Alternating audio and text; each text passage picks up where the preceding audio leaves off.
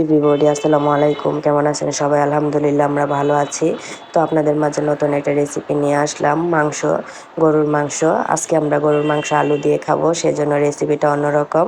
প্রথমে আমি মাংসগুলো ধুয়ে নিছি, ধুয়ে নিয়ে তারপরে সবগুলো মশলা একসাথে দিয়ে মাংসগুলো ম্যারিনেট করে আমি রেখে দিয়েছি প্রায় 20-30 মিনিটের মতো রেখে দিয়ে এখন আমি পেঁয়াজ কুচিগুলো বেজে নিয়েছি। বেজে নিয়ে যখন পেঁয়াজ কুচিগুলো বাদামি গাঢ় হয়ে আসবে তখন আমি মাংসগুলো দিয়ে দিব। দিয়ে তারপরে আমি মাংসগুলো ভালো করে কষিয়ে নেব। কষিয়ে নিয়ে আমি আলুগুলো, এখন তো আলু মিষ্টি লাগে, সেজন্য আমরা আলুগুলো আলাদা পানি দিয়ে একটু ফাঁপ দিয়ে তারপরে এটাকে আবার তেলে ভেজে নিই। তেলে ভেজে নিয়ে তারপরে আমরা মাংসর সাথে দিই, তাইলে আলুটা মিষ্টি লাগে না, কারণ এখন তো আলুর সিজন না, সেজন্য আলুটা মিষ্টি লাগে। সব কিছুতেই দিলে মিষ্টি লাগে, সেজন্য আমরা আলুটাকে একটু ভেজে দিই বা ফাঁপ দিয়ে পানিটা ফেলে দিই। ফেলে দিয়ে তারপরে আলুটা একসাথে মিক্সড করি আর কি।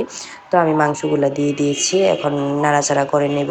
নাড়াচাড়া করে তারপরে ঢাকনা দিয়ে গুঁড়ি দিব। যখন মাংসটা সিদ্ধ হয়ে আসবে তখন আমরা আলুটা দিয়ে দিব। আলুটা দেওয়ার পরে তারপরে আলুটা আর মাংসটা যখন একসাথে কষিয়ে আসবে তখন আমরা এটাকে জল দিব। জল দেওয়ার পরে তারপরে আমাদের যখন তরকারিটা, আমরা তো আলু দিব সেজন্য তরকারিটা ঝোল খাবো, সেজন্য তরকারিটা একটু যখন ঝোলটা একটু গাঢ় হয়ে আসবে তখন আমাদের ফাইনাল রেসিপি চলে আসবে। আমাদের ফ্যামিলিতে গরুর মাংসটা একটু বেশি পছন্দ করে, সেজন্য গরুর মাংসটা একটু বেশি খাওয়া হয়। অনেকে মনে প্রশ্ন জাগতে পারে যে আপুরা শুধু গরুর মাংস দেখা। আসলে আমরা একটু গরুর মাংসটা বেশি খাই। আর হয়েছে আপনার হাঁস, গরুর মাংস আর হাঁস দুইটা জিনিস আমাদের ফ্যামিলিতে বেশি আনা হয় এবং খাওয়া হয়, কারণ গরুর মাংসটা আমারও ফেভারিট, আপনার ভাইয়ারও ফেভারিট। ফেভারিট খাবার খেতে কিন্তু অনেক মজা, কারণ ফেভারিট খাবার মানুষ, যখন ফেভারিট কোনো খাবার থাকে তখন কিন্তু মানুষ এটা না খাইতে চাইলেও সামনে আসলে খেয়ে ফেলে। তো এটাই কথা, আমার শ্বশুরবাড়ির মানুষে গরুর মাংস এবার হাঁসের মাংস সবাই পছন্দ করে। এই পছন্দ করাটাই মানে বেশি খাওয়া হয় আর কি। তো এরা সবসময় ভালো ভালো খেয়ে অভ্যাস, আর আমার শাশুড়ি মা সবসময় এদেরকে ভালো ভালো রান্না করে খাইয়েছে, এজন্য এরা এরকম ভালো খাওয়ার জন্য খুব সবসময় একটু ইন্টারেস্ট থাকে বেশি। আমার শাশুড়ির হাতের রান্না অনেক মজা, কারণ আমার শাশুড়ির হাতের রান্না আমি প্রথম যখন আসছি তখনই খাইছি। তারপরে আম্মা অসুস্থ, এরকম মানে শরীর ভালো থাকে না, আম্মা রান্না করে না, বেশিরভাগ বাবু ভাই রান্না করে। আর আমি আসছি, আমি রান্না করছি, আমার বড় যা আসছে, বড় যা রান্না করছে, এরকম করে এরা খাইছে আর কি।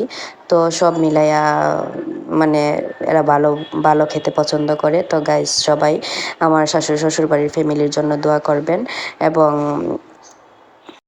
মাছের মাথাটাকেও বেজে দিতে হয়, বেজে তারপরে তরকারি রান্না করতে হয়, তাহলে তারা খেতে ভালো পায় আর কি, তরকারিটা খাই স্বাদ করে।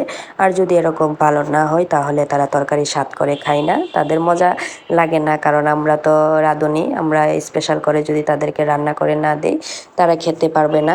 কারণ এই জন্য ভাবি যে এরা একটু কম খাবে, তা আমরা ভালো করে একটু রান্না করে দিই, তাহলে তো কম না খাবে না, একটু মানে মন মতো খেতে পারবে। আসলে আমার ভিডিওটা যদি ভালো লাগে অবশ্যই লাইক কমেন্ট শেয়ার করবেন। আর অনেক কিছু বলি, তো বলার মধ্যে যদি কোনো ভুল ত্রুটি থাকে তাইলে মাইন্ড করবেন না কেউ, ভুল চোখে দেখবেন না। এই দেখেন আমার রেসিপির ফাইনাল লুক চলে আসছে।